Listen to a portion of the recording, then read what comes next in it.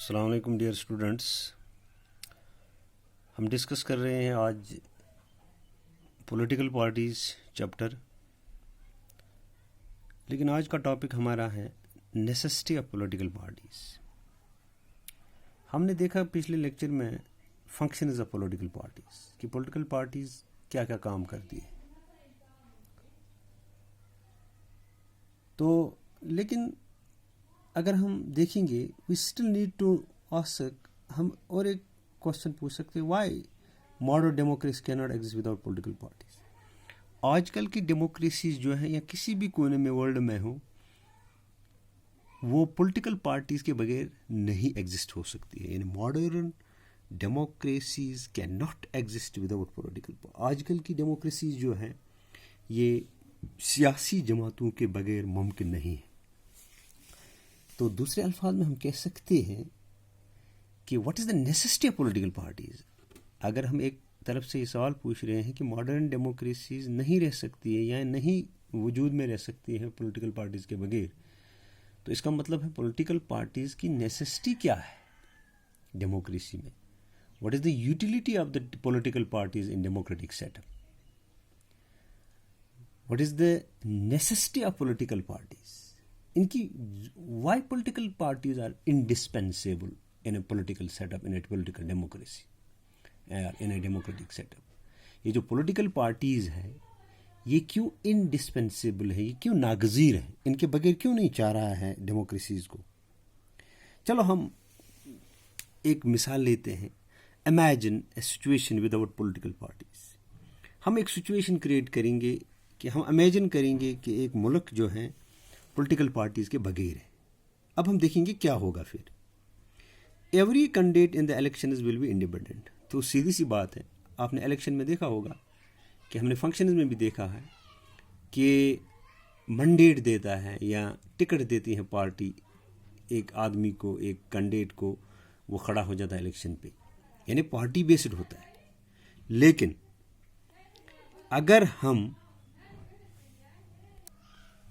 लेकिन अब हम एक सिचुएशन जैसे हमने देखा कि हम ऐसा मुल्क लेंगे जहां कोई पॉलिटिकल पार्टी नहीं है, तो फिर क्या होगा कि हर एक कैंडिडेट इलेक्शंस में इंडिपेंडेंट होगा, आज़ाद उम्मीदवार जिसको हम कहते हैं। यानी क्योंकि उसको पार्टी के साथ कोई एफिलिएशन है ही नहीं, तो इस वक्त तो इसका मतलब वो इंडिपेंडेंट।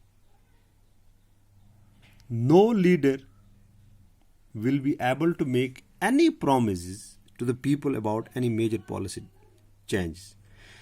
सीधी सी बात है, जब हर एक कैंडिडेट इंडिपेंडेंट होगा तो कोई लीडर जो है वो वादा नहीं कर सकते हैं लोगों को about any major policy change. मिसाल के तौर पर एक एमएलए जो है कश्मीर में है, दूसरा एमएलए दिल्ली में है, तीसरा एमएलए किसी और हिंदुस्तान के कोने में है। यानी कि हर एक एमएलए जो है वो अपने हिसाब से डिसीजन लेगा, क्योंकि उसको कोई पॉलिटिकल पार्टी के साथ कोई एफिलिएशन है ही, जब पॉलिटिकल पार्टी है ही नहीं तो इंडिपेंडेंट कैंडिडेट है, तो इंडिपेंडेंट कैंडिडेट जो है वो खुद फैसले लेगा। यानी इसका मतलब है अगर कोई बड़ा फैसला लेना है, मेजर फैसला लेना है मुल्क के लिए, तो कोई लीडर ऐसा नहीं कर सकता। No leader will be able to make any promise to the people about any major, क्योंकि जब अलग अलग राय रखते हैं लोग, जब पार्टी में ऐसा होता है कि पार्टी में जब कोई मसला आता है तो पार्टी एक डिसीजन लेती है, वो सारे लोग मानते हैं। लेकिन जब पार्टी है ही नहीं, जब कैंडिडेट इंडिपेंडेंट है, तो ये लीडर जो है वो कोई प्रॉमिस नहीं करते हैं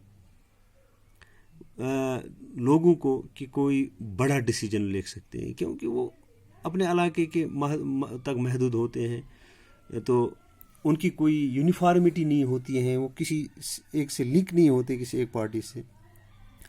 तो उसका दूसरा मतलब government will be formed but it's utility will remain ever uncertain. अगर चलो मान लेते हैं कि सारे इंडिपेंडेंट से गवर्नमेंट बन गई, गवर्नमेंट तो बनेगी, लेकिन इसकी यूटिलिटी जो है वो अनसर्टेन होगी, इसका कोई फ़ायदा नहीं होगा, क्योंकि सारे जो मेंबर्स हैं वो अलग अलग सोचेंगे, अलग अलग राय देंगे। तो वो यकराय नहीं होंगे, कोई ऐसा पॉलिसी डिसीजन नहीं आएगा जो मुल्क के लिए अच्छा हो, तो वो अलग अलग फैसले लेंगे। तो जब बहुत सारे डिसीजन आएंगे, मल्टीपल डिसीजन आएंगे, मल्टीपल पॉलिसी डिसीजन आएंगे, तो उससे अनसर्टनिटी बढ़ जाएगी, उससे मुल्क को बहुत ज़्यादा नुकसान होगा। तो इसका मतलब ये है कि गवर्नमेंट तो बन सकती है, लेकिन उसकी यूटिलिटी लोगों के लिए, उसकी जो इम्पोर्टेंस है वो तो बिल्कुल अनसर्टन है, वो अनक्लियर होगी। Elected representatives will be accountable to their constituency for what they do in the locality. अब ये elected representative जो इंडिपेंडेंट उठा है, ये अपनी कॉन्स्टिट्यूंसी तक महदूद है, ये अकाउंटेबल होगा लेकिन अपनी कॉन्स्टिट्यूंसी में। तो सारे अपने अपनी कॉन्स्टिट्यूंसी, तो मुल्क का क्या होगा? But no one will be response for how the country will be run. तो किसी को पूछा नहीं जाएगा कि मुल्क को कैसे चलाए। यानी इस वक्त गवर्नमेंट है बीजेपी की, अगर बीजेपी का कोई एमएलए किसी भी हिंदुस्तान के कोने में गलत करता है तो जवाब तो सरकार, दिल्ली सरकार को देना है जो सेंटर में बैठी है, मोदी सरकार को, वरना एमएलए पता नहीं कहाँ बैठा है। वजह क्या है? वजह यह है कि वो पार्टी से लिंक है।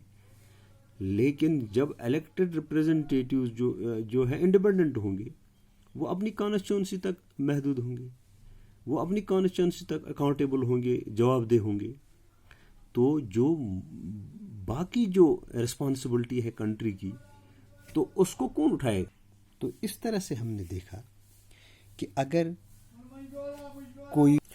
कोई पॉलिटिकल पार्टी नहीं होगी, सारे इंडिपेंडेंट कैंडिडेट्स होंगे, तो कोई लीडर प्रॉमिस नहीं करेगा कोई मेजर पॉलिसी डिसीजंस का।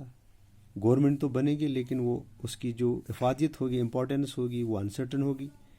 जो इलेक्टेड रिप्रेजेंटेटिव वो अपने ही कॉन्स्टिट्यूंसी तक अकाउंटेबल होंगे, लेकिन जो मुल्क की रिस्पॉन्सिबिलिटी है, जो यानी कि जो रिस्पॉन्सिबिलिटी मुल्क की तरफ है, वो नहीं होगी। यानी कि कोई भी मेंबर जो है वो अपने मुल्क की रिस्पॉन्सिबिलिटी नहीं लेगा, क्योंकि लोकलिटी तक जब महदूद होगा। तो उसके बाद अगर हम देखेंगे, the rise of political parties directly linked to the emergence of representative democracy. जब पॉलिटिकल पार्टीज का राइज हुआ, जब पॉलिटिकल पार्टीज वजूद में आई, it is directly represent to the representative democracy. तो रिप्रेजेंटेटिव डेमोक्रेसी हम इसको कहते हैं कि हम वोट डालते हैं, हमारे तरफ नुमाइंदे जाते हैं पार्लियामेंट या असम्बलीज में, वही मुल्क को चलाते हैं, वही कानून बनाते हैं, वही पॉलिसी डिसीजन लेते हैं। तो इसका मतलब जब पॉलिटिकल पार्टीज आ गई तो उनका डायरेक्ट लिंक है to the rise of representative democracy. क्योंकि हम अक्सर देखे हैं कि जो as we have seen large societies need representative, क्योंकि आजकल की सोसाइटीज़ जो हैं वो लार्ज हैं, बहुत बड़ी सोसाइटीज़ हैं, समाज बहुत बड़ा है। तो इसका मतलब है दे नीड रिप्रेजेंटेशन। तो उनको रिप्रेजेंटेशन चाहिए, उनको रिप्रेजेंटेटिव डेमोक्रेसी चाहिए। As societies become large and complex, जितनी सोसाइटीज़ लार्ज और कॉम्प्लेक्स बनेंगी, जितनी कॉम्प्लिकेटेड बनेंगी, they also need some agency to gather different views on various issues and to present them to the government. यानी कि जितनी societies complex बनेंगी, कोई एजेंसी तो चाहे जो लोगों से व्यूज़ गैदर करे, उनके जो राय है, उनका जो सोच है, उसको गैदर करे ऑन जो मुख्तलिफ इश्यूज़ पे उनकी राय है लोगों की। तो उनको जमा कौन करेगा? कोई एजेंसी होगी, कोई एजेंसी तो चाहे, और वो एजेंसी उनको प्रेजेंट करेगी टू द गवर्नमेंट। वो एजेंसी तो पॉलिटिकल पार्टी है। तो इसका मतलब है जब राइज ऑफ पॉलिटिकल पार्टीज हुआ, it is directly represent to the represent democracy. जब लार्ज सोसाइटीज़ हैं तो वो they need representative democracy. That is possible only through political parties, क्योंकि पॉलिटिकल पार्टीज ऐसी एजेंसी है जो लोगों से मुख्तलिफ इशूज़ पे व्यूज़ गैदर करेंगे, that and it will present to the government. उसके बाद they needed some ways to bring to various representatives together so that a responsible government could be formed. तो ये जो political parties हैं, उनका तरीक़ेकार है। तो उनको मुख्तलिफ रिप्रेजेंटेटिव चाहिए, वो उनको जमा करते हैं, इकट्ठे करते हैं, और उसके बाद एक गवर्नमेंट बनाते हैं जिसको हम रिस्पॉन्सिबल गवर्नमेंट कहते हैं। यानी वो गवर्नमेंट जिसको आवाम के सामने जवाब देना होता है, जवाबदेह होती है। They needed a mechanism to support or restrain the government. यानी कि उनको एक मैकेनिज्म की ज़रूरत पड़ती है, वो एक मैकेनिज्म को सपोर्ट करते हैं या तो सपोर्ट करते हैं या रेस्ट्रेंट करते हैं गवर्नमेंट को। तो अगर गलत पॉलिसी है तो उनको रोकते हैं, अगर अच्छी पॉलिसी है तो उसको सपोर्ट करते हैं। They make policies, they justify और अपोज देम। वो पॉलिसीज बनाते हैं। अगर कोई गलत, मिसाल के तौर पर अगर रूलिंग पार्टी कोई गलत तरीका अख्तियार करता है, कोई गलत पॉलिसी डिसीजन लेता है, तो अपोजिशन उसको अपोज करती है, तो उसको विड्रा करवाती है। या अगर कोई अच्छा डिसीजन लेते हैं, अपोजिशन भी उसको वेलकम करती है। तो इसका मतलब यही है कि जो रिप्रेजेंटेटिव डेमोक्रेसी रिस्पॉन्सिबल गवर्नमेंट में है, ये तभी मुमकिन है जब पॉलिटिकल पार्टीज वजूद में आएंगी। तो फिर उसके बाद जो पॉलिटिकल पार्टीज जो है या रूलिंग पार्टी जो है, जो पॉलिसी डिसीजंस बनाते हैं, उसको तो अपोजिशन जो है अगर अच्छी है तो सपोर्ट करेगा, अगर अच्छी नहीं है तो उसको रिजेक्ट कर सकती है, उसको अपोज कर सकती है। Political parties full this needs that every represent government has. तो पॉलिटिकल पार्टीज जो है ये क्या करती हैं political party? They fulfil these needs. ये जो नीड्स हमारी हैं लोगों की, उनको फुलफिल करती है, जो एक रिप्रेजेंटेटिव गवर्नमेंट को होती है। तो पॉलिटिकल पार्टीज जो भी रिप्रेजेंटेटिव डेमोक्रेसी की नीड्स होती हैं, जो भी उनकी चाहतें होती हैं, उसको फुलफिल कौन करता है? यही पॉलिटिकल पार्टीज। तो इसका मतलब we can say that parties are necessary condition for democracy. इसका मतलब ये है कि जो पॉलिटिकल पार्टीज हैं, they are necessary preconditions, they are the necessary conditions for democracy. अगर आपको डेमोक्रेसी चाहिए तो फिर उसके लिए पहला जो फर्स्ट प्रिकर्सर है, that is the political parties. अगर पॉलिटिकल पार्टीज हैं, then we can say there are chances that we can get the representative democracy. अगर पॉलिटिकल पार्टीज नहीं हैं तो हम रिप्रेजेंट डेमोक्रेसी की उम्मीद नहीं रख सकते, क्योंकि हमने अभी देखा कि modern democracy they can not exist without political parties. तो इसका मतलब ये हुआ कि पॉलिटिकल पार्टीज जो हैं, they are indispensable, they are very important for the democracy. क्योंकि वजह भी हमने देखी कि अगर पॉलिटिकल पार्टीज नहीं होंगी तो क्या हो सकता है। तो जब पॉलिटिकल पार्टीज आ जाती हैं तो रिप्रेजेंटेटिव डेमोक्रेसी की बात होती है। फिर लॉयर सोसाइटीज़ की जो नीड्स होते हैं, जो लॉयर सोसाइटी होते हैं, दे नीड रिप्रेजेंट डेमोक्रेसी। तो एक एजेंसी चाहे जो उन लोगों की बात जो है, जो लोगों के जो पॉइंट ऑफ व्यू हैं, उनको मुख्तलिफ इश्यूज़ पे जमा करती हैं, वो तो और गवर्नमेंट को प्रेजेंट करती है, वो यही पॉलिटिकल पार्टी कर सकती है। और यही पॉलिटिकल पार्टी जो है ये रिस्पॉन्सिव गवर्नमेंट बना सकती है, जो एक मैकेनिज्म दे सकती है, जो पॉलिसीज़ फ्रेम कर सकती हैं। तो अगर पॉलिसी ठीक है तो उसको अपोजिशन फेवर कर सकती है, अगर गलत है तो रिजेक्ट कर सकती है।